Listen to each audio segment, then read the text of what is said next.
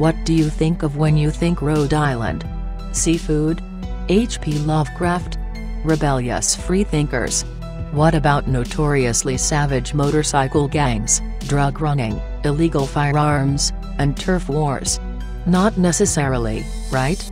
You know why you wouldn't immediately associate the Ocean State with gangs like the Pagans and the Cryptmen?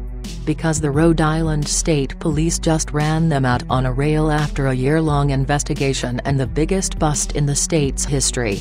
In May of 2017, the Rhode Island State Police Special Investigations Unit, the Rhode Island Office of the Attorney General, the Federal Bureau of Alcohol, Tobacco, and Firearms, and the FBI teamed up to begin Operation Patched Out. Clever, eh?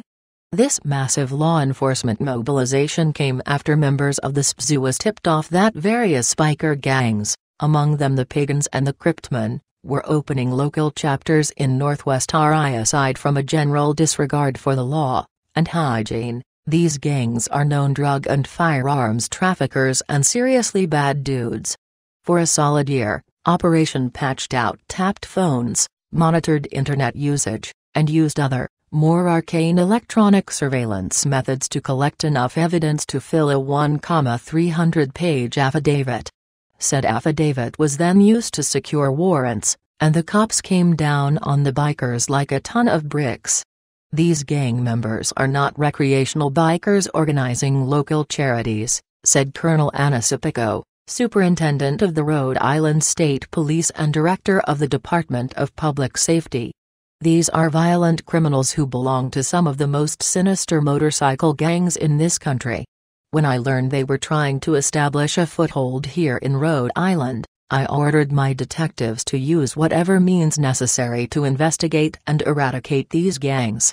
A total of 49 people were arrested, including Derek Tuna McGuire, who police say is the kingpin, their term, of the whole Pagans operation.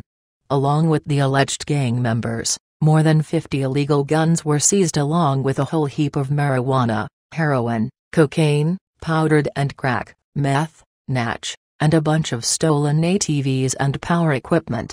These arrests send a clear and convincing message: we will not allow motorcycle gangs and other criminals to sell guns and drugs on our streets and commit violent crimes in our communities, Colonel Asumpico said.